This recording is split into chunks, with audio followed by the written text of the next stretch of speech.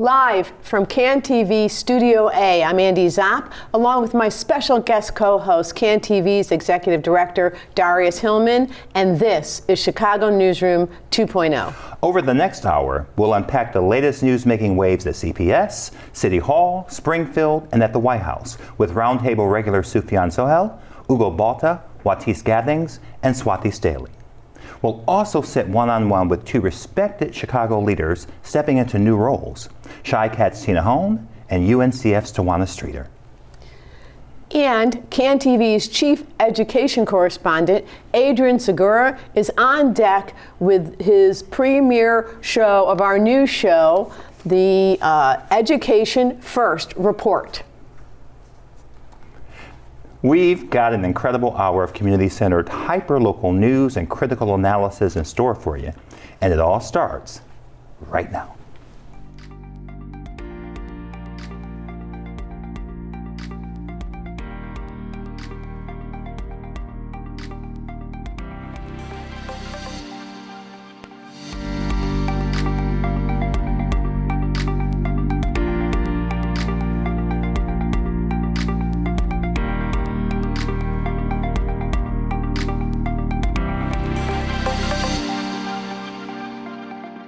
The state of Illinois cannot be successful when the city of Chicago is failing. I think that Chicago is in dire need of competency, of someone who understands the needs of the city, and I think that we've had two very unsuccessful mayors in a row. The Chicagoans deserve better. They deserve a lot better. Chicago's top watchdog is not seeking another term. Yeah, Inspector General Deborah Witzberg made the announcement just yesterday. Now, the decision comes after Chicago City Council approved new ethics reforms that would give the IG more latitude. The new ordinance would give them more access to certain records and let them limit when a city lawyer can attend investigative interviews. Now, Witzberg was appointed Inspector General in 2022 for a 4-year term. In a statement, she said she looks forward to passing along a more effective and independent office. I think all of you agree we have to have a government that's always there for those who are struggling and fighting to make it. But that is not the government that we have right now. It is an utter, total disaster. Stratton continued the anti-Trump theme, but she also took a shot at her rivals currently in Congress. This moment requires more than the status quo. We are standing face to face with the 5-alarm fire that Donald Trump has ignited in Washington. Christian Morthy dismissing the status quo criticism. Well, I think that what we need is somebody who's actually doing the work of standing up to Donald Trump and bad actors, which is what I've been doing for the last decade in Congress. But Stratton doubling down. The old playbook in Washington is not working, and it is time for new voices, new energy, and new perspectives. And we've heard that over and over again, and that's exactly what I will bring. On this week's Roundtable, we're exploring a new wave of political shifts, leadership changes, and accountability questions breaking across Illinois and Chicago. Senator Dick Durbin's succession battle is heating up with fresh endorsements and the first campaign commercials already airing. We'll explore the emerging frontrunners and what each camp is signaling about where Illinois politics is headed. The run-up to Mayor Johnson's potential second term is already taking shape, with names like Susana Mendoza and Janice Jackson reportedly in the mix. We'll discuss how these early names may reshape the political narrative even before the filing deadline. Over at the Chicago Housing Authority, controversy swirls. While there's still no permanent CEO, their legal team recently drew national attention and political and potential sanctions for citing, thanks to ChatGPT, a non-existent Illinois Supreme Court case, Mack versus Anderson, in an appeal during a lead poisoning trial. And finally, Inspector General Deborah Witzberg announced late last week that she will not seek a second term, even after reforms expanded her office's independence and after having expressed her desire to seek a second term earlier in the week. We'll explore what her departure means for the future of oversight in Chicago. Helping me to unpack it all, I'm joined by Roundtable regular Sufyan Sohel, chair of the Cook County Commission on Human Rights, Ugo Balta, editor of the Fulcrum U.S., Juatise Gathings, co-founder of Just Act Partners, and Swathi Staley, partner at Just Act Partners. Let's dive in, shall we? Let's start with the Senate race. So this week, the Speaker of the House endorsed one of the candidates, the Lieutenant Governor. Anybody surprised by that or think it's a big deal? Yeah, I mean, obviously, Speaker Welch, holds a very important position in our state, and I don't think that's a small deal whatsoever. I think that, Lieutenant Governor should be excited about that endorsement, but at the same time, I think that there are some in the race, Raja in particular, who's not from the county, that could have used it and leveraged it a little bit more, but I do think that we'll see how it results in supports her after all. And what do we think about the fact, Ugo, that the Cook County Democratic Party didn't endorse anybody in the race? Yeah, I think that was very interesting, but it's not too shabby when the governor and Duckworth endorses you. Mm-hmm. I do think Raj is sort of this sort of dark horse. He has a $19 million campaign chest that can make the difference.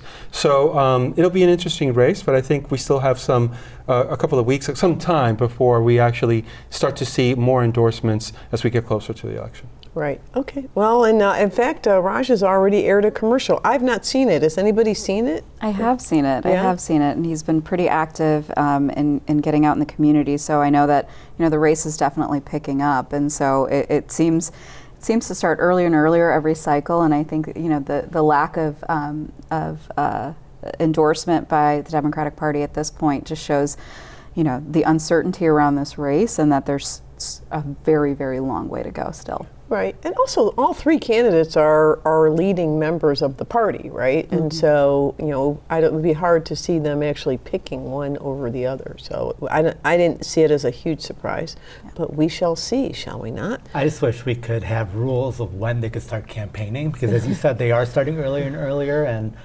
sometimes we need to, I think, focus on governing and not running. Come on, it's only going to be another 10 months of commercials, so I don't know what you're complaining about. So speaking of more potential political commercials, there's the state comptroller Susana Mendoza, the former city treasurer, says she's not going to rerun for comptroller. So what are we thinking, Sufyan? I mean, clearly there's interest. I think she ran before. She did run before last time. I'm not sure how I feel about her being mayor of our city. But again, we're running earlier and earlier, and it's both, it seems calculated, but it's also now, I think, healthy for the mayor to really reassess where he's been, how he's been leading, and if he's strong enough to win a second election.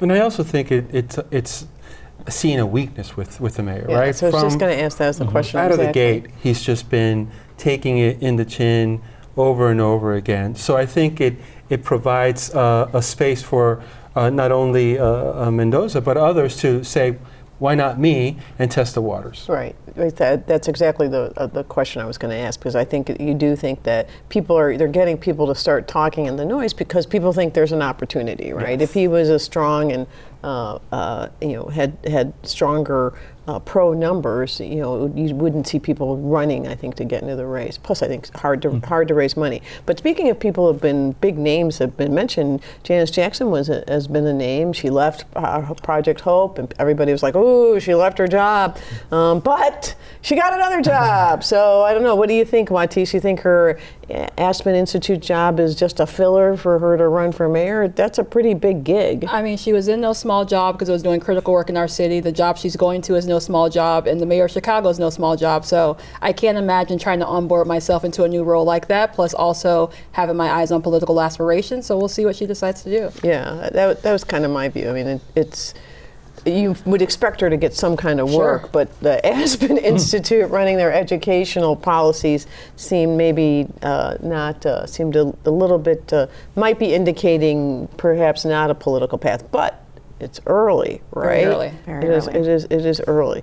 So I guess we'll have to see. Let's talk about Inspector General Witzberg, who was here just here on my last show. And we were talking about this important ordinance that passed, the ethics ordinance that passed. It expanded, addressed some issues and concerns that she had regarding her independence. And now she's not seeking a second term. What do we think, Hugo? Well, I think it's yet again telling of the relationship that the mayor has. The IG was very adamant that she was happy in seeking a second term until a new mayor arrived. So I think she's leaving on a strong point. She's accomplished a lot during her term. It's too bad to see her go. Big shoes to fill, but that again tells us about the relationship that the mayor has in coalescing and working with other lawmakers and getting the work done for the people of Chicago. I totally agree. I think IG Witzberg was able to really pass some really, really critical, or was able to really herald a lot of important change that needed to happen, including to her own office. Right. You know, and so it's surprising, and I think it's going to be a loss because she's a strong public servant, but. It'll be really important, I think, to make sure that that balance is still, struck with whoever ends up replacing her role. I'm curious, whom the mayor is going to nominate for the role, and if it's going to weaken the whole accountability aspect of our city and the oversight of it, or if it's going to provide an opportunity for watchdogs and others to really step in and advocate for more oversight and transparency. Yeah, I think that's a really important question. She's done a lot to strengthen the office, and so I think that it will survive post her, but it does also require appointing a strong independent IG. But I saw an article in one of the papers about the fact that all of the mayors fight with their inspector generals because nobody likes having somebody question everything you're doing. But I do think, for me, it was surprising to me, particularly if you're already being challenged as mayor. Why would you not kind of wrap your arms around a strong inspector general, right? You just say, yay! You've made this big compromise. Go out on ethics. I was actually. It's kind of surprised that he didn't just, having already made this big compromise. It's one of the things he does. He does something hard and then doesn't take advantage of it, right? I'm thinking, you just made this big compromise. Why would you not keep her and let her talk about how great you are and how committed you are to ethics? I don't know. What do you think, Juan? I think you hit it right on the head when you talked about kind of mayors' relationships with inspectors. I think that's a natural place of tension in any organization that's heavily regulated. And I think that, hopefully there becomes a more popular time in our country where having watchdogs and governance is important in order to secure the future of our cities. But I do think it's a time now where it doesn't seem to be as respected as it once was. But I do think you will want a strong person in that role that is in partnership with you, helping you understand where your opportunities and loopholes are. And hopefully that's what he finds in his next appointment, is somebody who will help be proactive in coaching the administration around where they have opportunities versus allowing them to fall into pit holes. Right. Yeah, it's a real opportunity for Mayor Johnson right now to show that especially now that he's already facing early challengers in the mayoral race, that he is committed to keeping the integrity of that balance of oversight and necessary, ethical conduct that to choose to help really kind of engender trust in the office and make sure that there's the right path forward, because it's been I think that there's tension constantly between the two positions, but I think it's been greater than average in this administration. You said we have shortcomings, acknowledging that, right. And hey, Sure. we want your support to address those shortcomings to build a stronger city. Right. Yeah, because I think that puts you in a position to release action plans as a result of your shortcomings versus they're always being shocked that something's come out once again, right? So it's, it's truly finding a partner in that space that's going to keep them accountable, but also understand the proactive nature of compliance and regulatory environments. Yeah, I think exactly right. I think I think people, they're not a prosecutor, right? They're there trying to make sure that the government is running in a way that's ethical and fair. And when you have a big organization, sometimes stuff's going to happen, right? And so why you should see them as a partner, not necessarily as an enemy. Plus, I think for Mayor Johnson, it's a great place for him to stake out something that he owns that could be positive, Yes. right? Yes. Right. Absolutely. So, hopefully he'll build on the compromise that they built to get the bill done.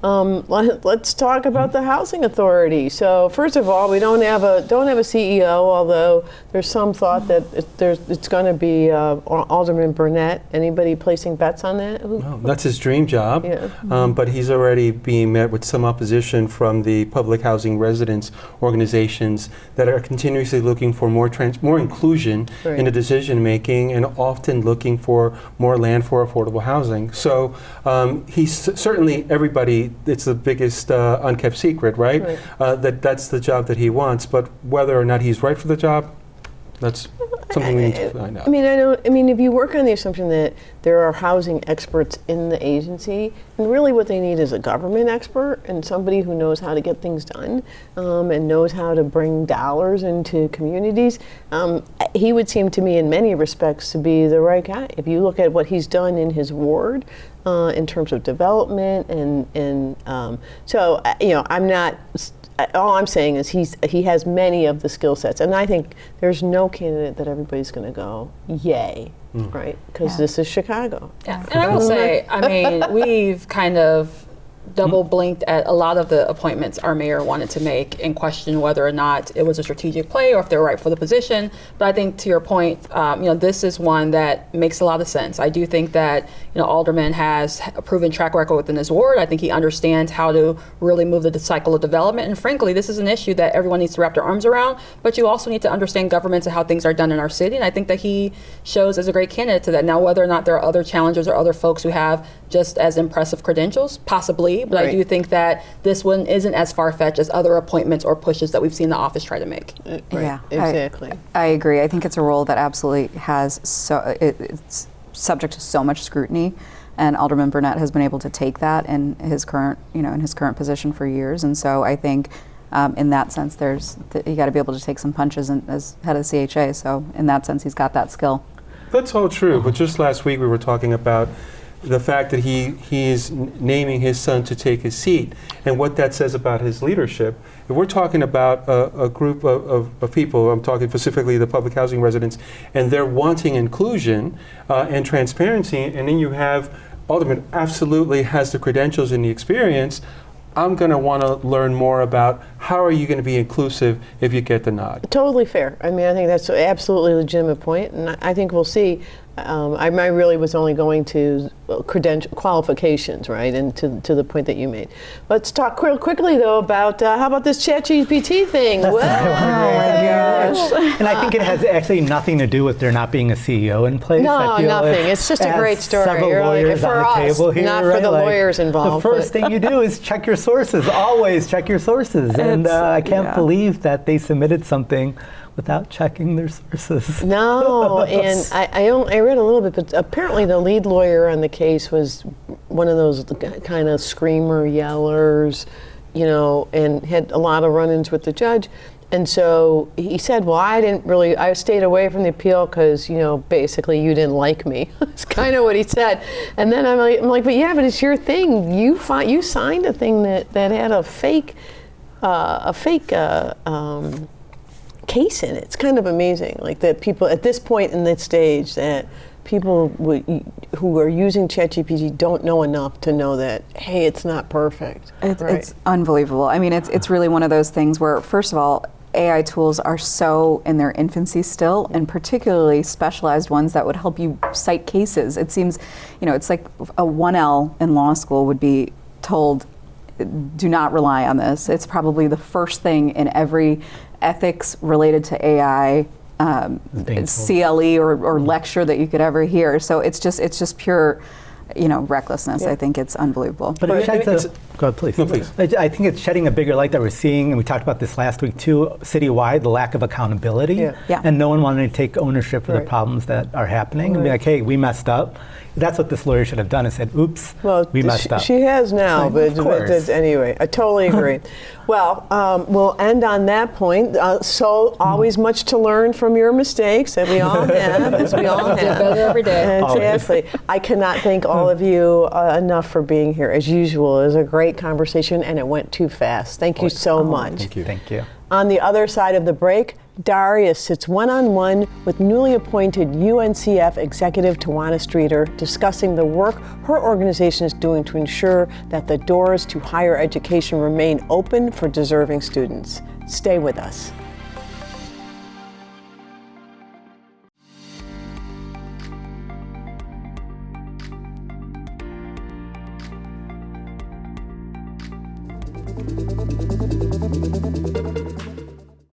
This week on In the Arena, I'm joined by the people's politician, Illinois State Senator Mike Simmons. Take a look. You know, it all starts with the household I grew up in. My mother, as I said earlier, really put a premium on education and learning, knowledge, and understood that was a path to power, that was a path to liberation, that was a path to self-sufficiency. And so throughout my career, I have always looked for opportunities to build empowerment for communities. Hi, I'm financial educator Tamara Durbin. On the season finale of In the Money, we'll be joined by our first ever live studio audience to Ask the Experts, a personal finance Q&A with some of your favorite experts from the season. Join the conversation exclusively on CAN TV Cable Channel 19 or stream live on cantv.org or on the CAN TV Plus app. Elevated conversation and storytelling. Experience the power of community television. Every community has a story, a pulse, a voice waiting to be heard. At CAN TV, we bring these stories to life, from the heart of Chicago to your living room. Join us in supporting hyper-local television. Your backing helps us cover what matters directly in our communities, unfiltered and upfront. Help tell the important stories of our communities. Become a program underwriter today.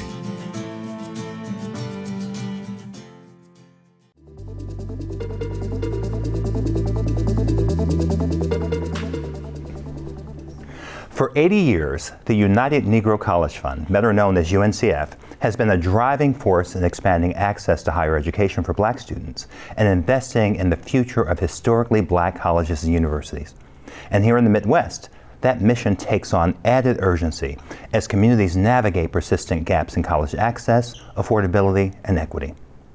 Stepping into this vital work is Tawanna Streater, UNCF's newly appointed Vice President of Development for the entire Midwest region, a seasoned nonprofit leader and a passionate advocate who I know very well, full disclaimer. Tawanna now leads the charge to strengthen partnerships, grow support, and expand opportunities for students across Chicago and the entire region. Tonight, we talk with this leader about her vision for advancing UNCF's impact in the Midwest, the critical role philanthropy plays in breaking down barriers to higher education, and how the organization is rising to meet the challenges and the opportunities of this moment. Tawanna Streater, welcome to the newsroom. Congratulations to you, my friend. This is well deserved. And I said in my open, you and I, in this development, fun development, relationship building, we go back over a decade, and to watch your emergence from a front row seat, everything I just said about you, I know to be true. So congratulations first and foremost. Thank you, thank you. Let's get down to business. What inspired you? You have had a storied career here in Chicago, principally. But what was it about UNCF that spoke to you, that resonated, that made it clear that this was the next chapter of your career of service? Well, UNCF is one of the nation's largest supporters of higher education and a leading advocate of students' access of higher education. So it was a perfect fit. Yeah. Since 1944, since its founding in 1944, UNCF has raised over $6 billion to support students' access to higher education. My goodness. Raising money for scholarships and strengthening historically Black colleges and universities. Yeah. I wanted to be a part of that legacy and that impact. Yeah. Especially during a time when parents and students were questioning if higher education was even possible. Yeah. As a first generation college student, I know all too well what it means to have something within reach, but also face a myriad of barriers. You know, you can taste it, you can almost touch it. You and I have had these conversations. Exactly. So this job, you in this role, makes perfect sense to me. You and I have had experience together at Youth Guidance, an incredible human service organization where you did incredible things that was rooted in, that were all rooted in relationships. Urban League. Our host of this show has more reach in this city than we sometimes imagine. But we both worked on Andy's team, and to watch the work that you did there, we've had conversations about why you're so good at this. And it is that cultural competence, but it really does take talent and passion. Let me go back a step and talk about, go a bit deeper. You talked about $6 billion over the history of this incredible organization. In an average year, how many students are served by UNCF's institutions? 50,000. And about how many of those are in Chicagoland? 500. Really? Let me break it down. Break it down. All right. 50,000 students across 1,100 colleges and universities. That's across the country, including 37 member HBCUs. Okay. Only 500 students in Illinois. 14,000 scholarships annually. That's $64 million. That 500 students, that's 2.8 million. Okay, you just hit the nail on the head, because it was when I graduated from college in 1922, and it is the math is fuzzy, but college affordability is still the major barrier. It's not intelligence. It never has been. You and I both know this. We've talked about education being that, as well as anything, can be the equalizer, and how sometimes that just what feels like a small amount when you're in your 50s is insurmountable. A crazy amount. So you know this is the case. So talk about the role that philanthropy, and specifically UNCF, what role you all play together in mining those gaps, which for some students is the one thing that will keep them from being able to make it to college. Well, okay, so remember those numbers. So we raise all of that money. We give out all of that money. But we raise money so that we can help support our member institutions. And there's about 37 currently? 37. Okay. So we help them so that they can deliver quality academic programming and also keep their tuition affordable. Macro, micro. Exactly. So creating the holistic environments for the students and giving the students the funding, at least some significant support to be able to attend these incredible universities. We also provide internships to students so that they get work experience. They build their resumes. They make critical professional network connections.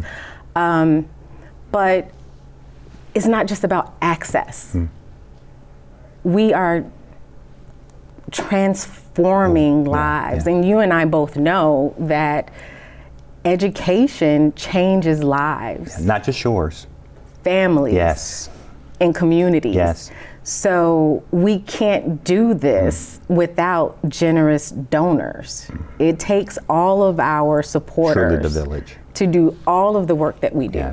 You know, you and I always run out of time. Every time we talk, we run out of time. So in about 30 seconds, I'm going to look at you, Madam Vice President of Fund Development for the Midwest for UNCF, one of the venerable organizations in this country, now more important than ever.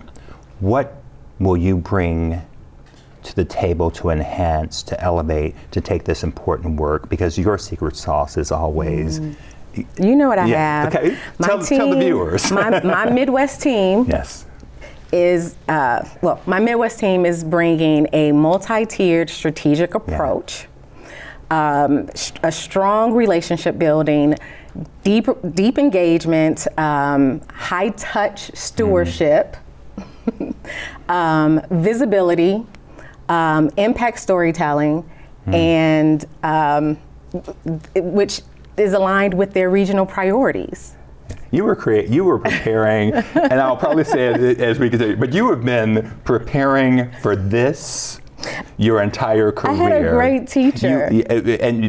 Mentor. When the student becomes the teacher, I'm so excited. We talk about this a lot here. We're about to introduce our first Education First segment. Education. So I'm so grateful to you for what you're doing. I'm so excited for UNCF to have your leadership. You know you always have a welcome here. Whenever there's an opportunity to talk about education and access, the door is always open here. So Tawanna Streater, I cannot thank you enough. Congratulations to you. You invite me to the gala next year, right? Absolutely. Okay, I'm expecting it. You know there's partnerships we can Partnerships, here we go. On the other side of the break, CAN-TV's Chief Education Correspondent, Adrian Segura, leads the first ever Education First segment, featuring an incredibly talented group of MICVA Challenge scholars. I promise you, you will want to hear what these incredible young people have to say. Stay with us.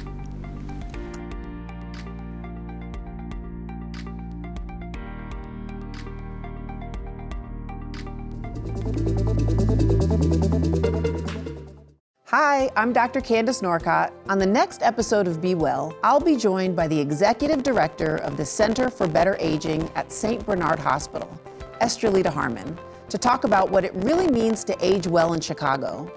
Join the conversation on CAN-TV, Cable Channel 19, or stream live on cantv.org or on the CAN-TV Plus app. Elevated conversation and storytelling. Experience the power of community television. For more than 40 years, CAN-TV has been Chicago's voice, your voice. We've shared your stories, amplified your concerns, and celebrated your triumphs. Now we want to hear from you. What programs matter most? What issues should we cover? How can we better serve your community? Visit cantv.org/feedback today. CAN-TV. Experience the power of community television. CAN-TV is the lens through which Chicago's stories are told, harnessing the unifying power of community television. With CAN-TV On Demand, immerse yourself in the richness of our city through exclusive stories and programs tailored just for you, connecting you to the heartbeats of our streets, the voices of our people, and the spirit that makes Chicago unique. Discover the strength of your community on CAN-TV On Demand.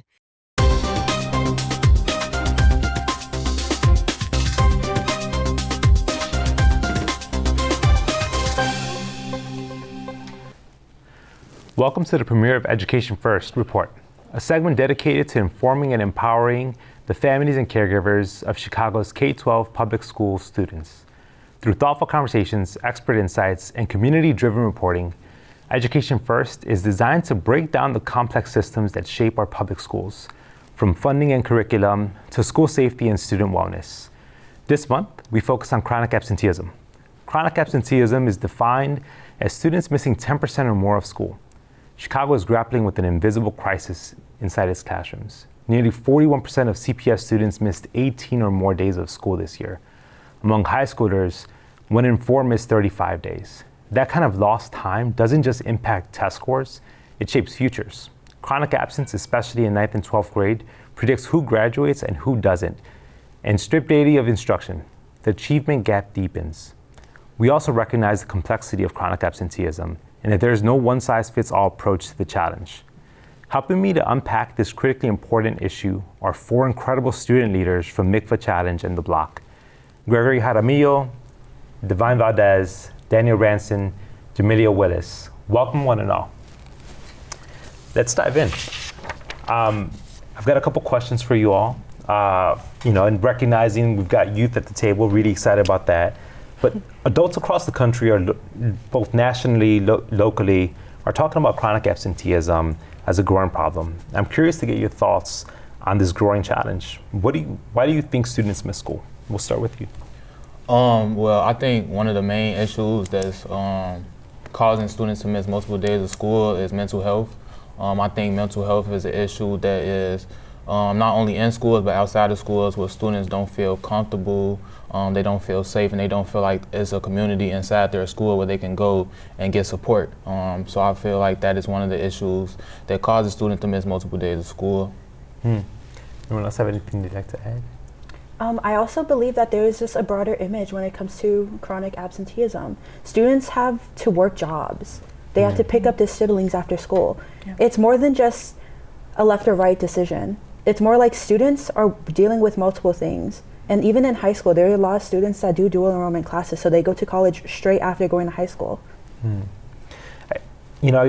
curious, like, what do students need to feel motivated, supported, and able to come to school more often? We'll go to Jamelia. I think students need a staff support team, a team member, a role model in their life, especially at the school, to get them to want to go to school or engage in the curriculum or, just be involved in their school. And I also think they need motivation from their parents to continue to be active, not just because they're going to school, but congratulate them for showing up, for being there, for trying, you know? Gregory, anything you'd add? I like her answer. I feel like creating a safe space for each student. So for example, my life experience, my advisory teacher checks in with me like every week. She tells us like what's going on, like why are you tardy, why are you absent, what the students are tardy and absent. And honestly, I like that because like she wants to get to know each other, the students, and I like that. So I'll say, like, so much of the conversation is focused on students missing school. We recognize adults also play a big role. And so, what do you think schools, teachers, even families could be doing differently to help students show up and stay engaged in school? Well, I think just checking in, like checking on the well-being of the student, making sure even if that student is having a good day or not, that that teacher or parent is being intentional on checking in and making sure that student feels welcome, feels safe, and feels like connected and part of a community, because a school is a community at the end of the day, and we have to build that community with our teachers and build those relationships with our teachers so that we can like just have support and feel like we can go to our teachers about more than just schoolwork. I also feel like there should be more collaboration between youth and the current curriculum of CPS. A lot of students don't feel like they're engaged or even that they connect with the curriculum. They feel like it's outdated. They feel like there's just no relation for it. So when students don't feel like they're in the perspective of it or that they're even being considered to be in this conversation now, they're not going to be engaged with it or have the motivation to even show up to school. I'm curious, right? So like so much of the conversation, like, and y'all are hitting on some really great points. When you're talking amongst yourselves, when you're talking amongst friends, what do you say about missing school? Like, does it come up? Does it not come up? Is it as big a problem amongst each other, or is it not something that you all really engage on with each other? I'm curious. So for me, my life experience, my friends will like say, oh, like, let's skip school, or like, let's skip a class because there's a test or a quiz. And I feel like they aren't engaged as much, and if they skip a class, they're gonna build up work to do later on, and it's gonna be like so much work, And I feel like they don't like realize how much it affects them as a student and as a person. I want to be mindful of time. We've got two questions I want to hit you on. I think first is, what's not being talked about when it comes to students missing school, especially the things that matter to you? We'll start with Jamelia. I would say probably back in like COVID, between that time, COVID and post-COVID, I think a lot of people think that now students should be like at this high standard or at this high level. And you have to think like during COVID, they didn't get the opportunity to be in school and to experience things that they would usually experience with peers and classmates that they've been isolated from for what about like 3 years, a good 3 years or something like that? I don't know.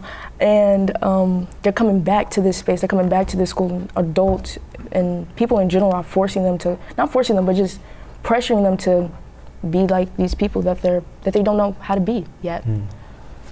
Additionally, I think community safety is something that's not talked about.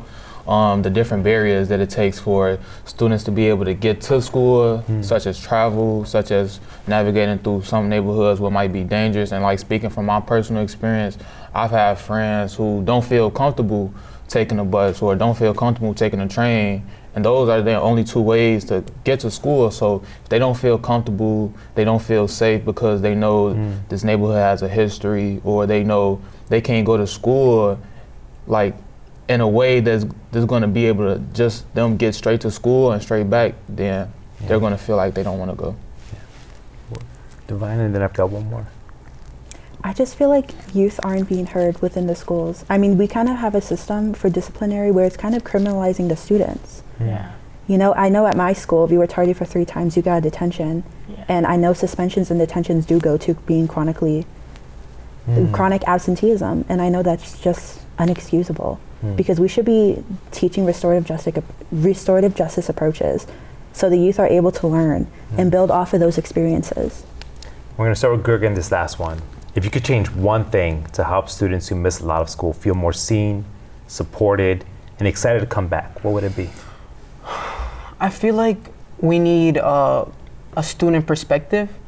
We need like student answers. We want them to feel heard. Maybe like little as like making a survey for the school and like putting a survey like how can we help them, and the students answer that survey so we can hear them and actually listen to them, because I know that some schools they just do it but they don't change anything. So yeah. Devon, we'll come to you quickly and then we'll wrap over this way.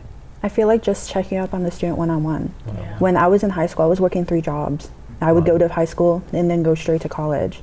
I was working, there was a lot on my plate, and I feel like a lot of my teachers were willing to work with me, and then there was a selective few who just criminalized me for not going. It was like if I wasn't in school, then I'm not being successful in life. Right. Danny? I really want to echo what Greg said about amplifying student voices. I feel like that's something that's essential, and it's going to empower students to feel welcome and seen. And also restorative justice is something that schools need to implement as well. Jamelia? Yeah, similar to what Devon has said, that just checking in, checking up, making sure that they're all right, that they're good, how they feeling. Yeah. Awesome. Well, thank you all so much for taking the time today. I want to thank Gregory, Divine, Danny, Jamelia. I wish you all continued success in everything that you do. When Chicago Newsroom 2.0 continues, Andy's joined by a Chicago leader starting a new chapter in her career. Stay with us.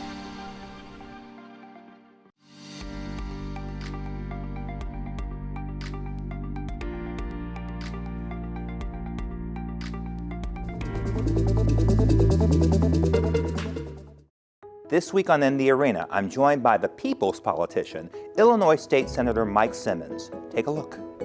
You know, it all starts with the household I grew up in. My mother, as I said earlier, really put a premium on education and learning, knowledge, and understood that that was a path to power, that was a path to liberation, that was a path to self-sufficiency.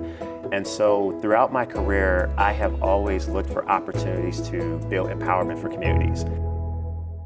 CAN TV is the lens through which Chicago's stories are told, harnessing the unifying power of community television. With CAN TV on demand, immerse yourself in the richness of our city through exclusive stories and programs tailored just for you, connecting you to the heartbeats of our streets, the voices of our people, and the spirit that makes Chicago unique. Discover the strength of your community on CAN TV on demand. Hi, I'm financial educator Tamara Durbin. On the season finale of In the Money, we'll be joined by our first ever live studio audience to Ask the Experts, a personal finance Q&A with some of your favorite experts from the season. Join the conversation exclusively on CAN TV Cable Channel 19 or stream live on cantv.org or on the CAN TV Plus app. Elevated conversation and storytelling, experience the power of community television. Every community has a story, a pulse, a voice waiting to be heard. At CAN TV, we bring these stories to life, from the heart of Chicago to your living room. Join us in supporting hyper-local television. Your backing helps us cover what matters directly in our communities, unfiltered and upfront. Help tell the important stories of our communities. Become a program underwriter today.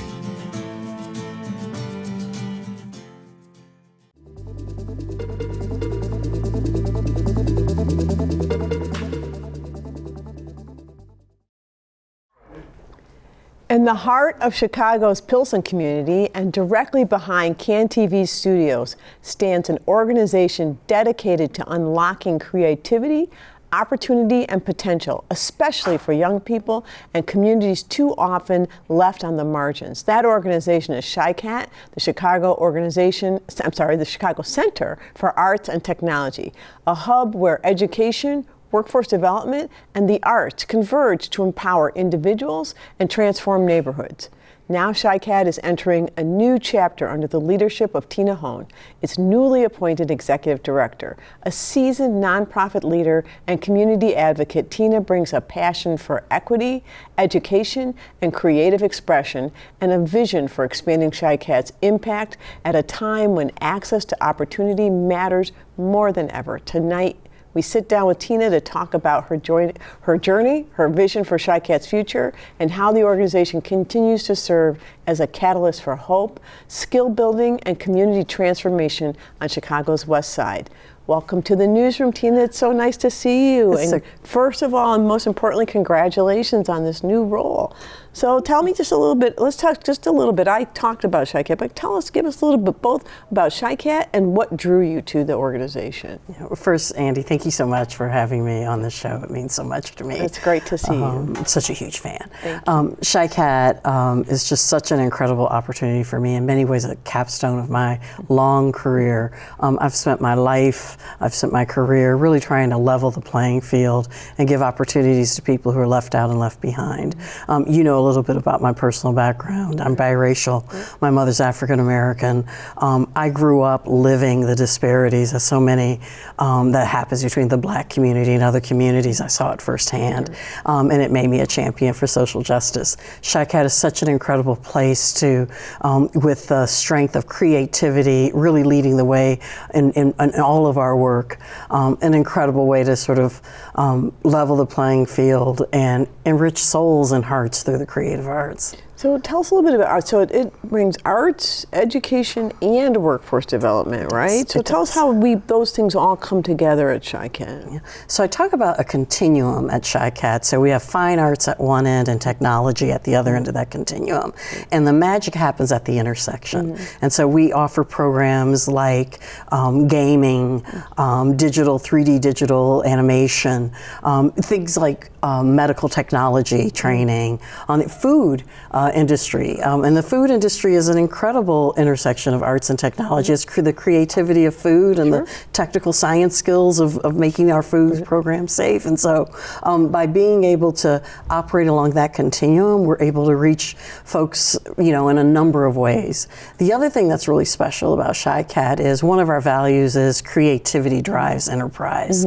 And so whether it's a pure arts program, a tech program, or a vocational program, we insert the power of creativity. That's what makes you, that's really the magic. You talk about soft skills. The most important soft skill is creative problem solving. And by instilling creativity, we call them art starts at the beginning of classes, it frees you to think outside the box. It frees you to think about solutions that might not be the most obvious. And those are the things, if you think about your career, my career, those are the kinds of things that allowed us to innovate and to show up as, really creative thinkers that folks wanted on their team. Right. I think what's so interesting and great about what CHICAT does, I think people don't naturally go like, oh, arts, technology, those two things go together. And not only go together, but go together in a way that can be, help both things grow, right? Are your programs, who's your target audience? Is it young people, adults? Is it both? How do you, who are you serving? So we do career exploration for young people, and we do career training for adults. And so our target, we have 3 target communities, although we'll serve anyone who's in need, but we really focus on Pilsen, Little Village, and North Lawndale. But the truth is we have students who come from as far away as Roseland, and even from Belmont Cragen. So if you're someone who is low income and who wants to get ahead in life, we offer free programming in these range of opportunities. But I wanted to the idea of art and technology not being connected. Right, sure. Leonardo da Vinci, everybody thinks of him as an artist. Leonardo da Vinci was an engineer. And the reason he was such an incredible engineer was because he was also a creative person and an artist. Yeah, that's important. My husband just finished his autobiography, and he would definitely second that point. So community partnerships are a big part of what you do also, and critically important to your work. Tell us a little bit about that and how you're developing those. Sure. So, I was Mayor Lightfoot's chief for community engagement, and so in that role I really did strengthen my skills in building relationships all over the city. When I got to CHICAT, we didn't truly have a community engagement component, and so I repurposed some positions so that we have folks who are actually going out into community and building relationships. We're also restoring relationships. I would look out my window and frankly see CAN-TV, and I'm like, what are we doing with CAN-TV? And so we had a wonderful conversation with Darrious, and we hope, here you are. And here I am, telling also your story and CHICAT's story. Yeah, and it's a wonderful opportunity, but also Vertiport. Vertiport is the helicopter airport over by Costco, and if they end up having air taxis to O'Hare, that's where it's going to happen. But working with them on a drone program and figuring out what we can do there. And so, and of course the Illinois Medical District. We are blocks from the Illinois Medical District, and when we do our medical technology training, we hope to work more closely with the Illinois Medical District. And so we want to leverage our neighbors. We also want to leverage the city's industrial strengths, if you will. That's why we have a food program. Chicago is a food city. And so we really want to tap into that. So what are you excited, you haven't been there long in this role, it's a relatively new role. What are you thinking about what's your vision for the future of CHICAT? What do you think, where do you think you can take this organization? Well, I want to, make sure that our flagship site, which is here in Pilsen, is really as strong as it can be. It is a beautiful, joy-filled building, and I really want to encourage people to come visit. We're doing more and more events to get it open to the public. But I also know that there are people that need to be served elsewhere, and transportation is a real issue. And I also know that there are exciting things happening on the southeast side. And so I'm not going to lie, I am obsessed with perhaps getting a CHICAT site on the Quantum Lab site. This is, the 23rd century is coming to Chicago, and I would love to help make sure young people in particular are ready to work in that quantum lab when the time comes. But the other thing that I want to break is this myth that there's no need on the north side. Whether it's Rogers Park, Uptown, even some of the public housing that we have in Lincoln Park, there's a lot of need on the north side that's not getting addressed because people think that that's just paradise, and it's not. So being able to touch this entire city is important. Nice. Well, that's terrific, and this has been a fascinating conversation, and we could go on, but we're out of time. So thank you so much. Hopefully, maybe when you're doing some projects, you'll come back. I'm sure you've got a website under CHICAT that people can find if they want to learn more. And thank you, Tina, for all you've done and all you're doing and all you're going to do. And it's great to see you. Thank you for being here. On the other side of a short break, Darrious has some final thoughts. Well worth hearing. Stay with us.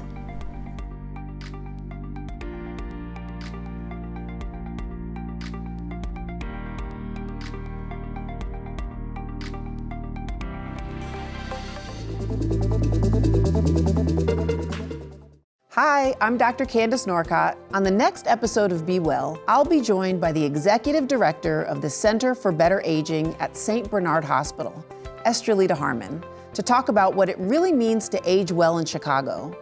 Join the conversation on CAN TV, cable channel 19, or stream live on cantv.org or on the CAN TV Plus app. Elevated conversation and storytelling, Experience the power of community television. For more than 40 years, CAN TV has been Chicago's voice, your voice. We've shared your stories, amplified your concerns, and celebrated your triumphs. Now we want to hear from you. What programs matter most? What issues should we cover? How can we better serve your community? Visit cantv.org/feedback today. CAN TV. Experience the power of community television. This week on In the Arena, I'm joined by the people's politician, Illinois State Senator Mike Simmons. Take a look. You know, it all starts with the household I grew up in. My mother, as I said earlier, really put a premium on education and learning, knowledge, and understood that was a path to power, that was a path to liberation, that was a path to self-sufficiency. And so throughout my career, I have always looked for opportunities to build empowerment for communities. CAN TV is the lens through which Chicago's stories are told, harnessing the unifying power of community television. With CAN TV On Demand, immerse yourself in the richness of our city through exclusive stories and programs tailored just for you, connecting you to the heartbeats of our streets, the voices of our people, and the spirit that makes Chicago unique. Discover the strength of your community on CAN TV On Demand.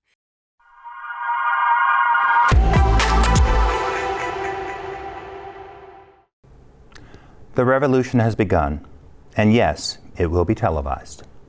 Because what we're witnessing now isn't some distant warning. It's here, playing out in real time on our streets, in our legislatures, and across our airwaves. The consequences of the most recent presidential election are landing hard, and they're landing fast. We're seeing communities stripped of protections, rights under attack, and policies rolled back with precision. And while plenty are shocked, we really shouldn't be. After all, tens of millions voted boldly, defiantly against their own interests, against their own communities, and perhaps even more devastating were the millions who set it out entirely, who stayed home, who shrugged it off, and convinced themselves that their vote didn't count, their voice didn't matter. Well, now the bill is coming due. But this didn't happen overnight. This is the product of years, decades of looking the other way. Years, decades of watching politicians hand off power to their children as if public service were a family inheritance, as if leadership belonged to the privileged few. We've seen it in city councils, state houses, and on Capitol Hill. And each time, we, the people, failed to challenge it. We helped build the machine that's steamrolling over us today. And then there's the perfect storm, the normalization of racism, misogyny, and xenophobia, once whispered in the dark corners, are now shouted from campaign stages, now baked into policies that target women, Black and brown communities, immigrants, and anyone who doesn't fit a narrow, fearful vision of America. But here's the thing about revolutions. They do not wait for permission. They rise when people decide they've had enough. And whether it's in the courts, in the streets, or at the ballot box, people are rising. So yes, the revolution will be televised, but more importantly, it will be organized, it will be intentional, it will be driven by those who refuse to look away any longer. Because if this election has taught us anything, it's that democracy isn't self-cleaning. You either show up or you watch it get auctioned off. So yes, the revolution has begun, and it's ours to fight for or to lose. Wow, Darrious, thanks for those powerful words. That's our time for this week. Thank you, Chicago, for making CAN TV a part of your day. Trust that we don't take your viewership and support lightly or for granted. As news and events impacting Chicago and Chicagoans continue to develop, count on CAN TV to be right here bringing you unfettered and unfiltered reporting and critical analysis. Because now, more than ever, the power of community television in action matters. Until we meet again, be well and well informed.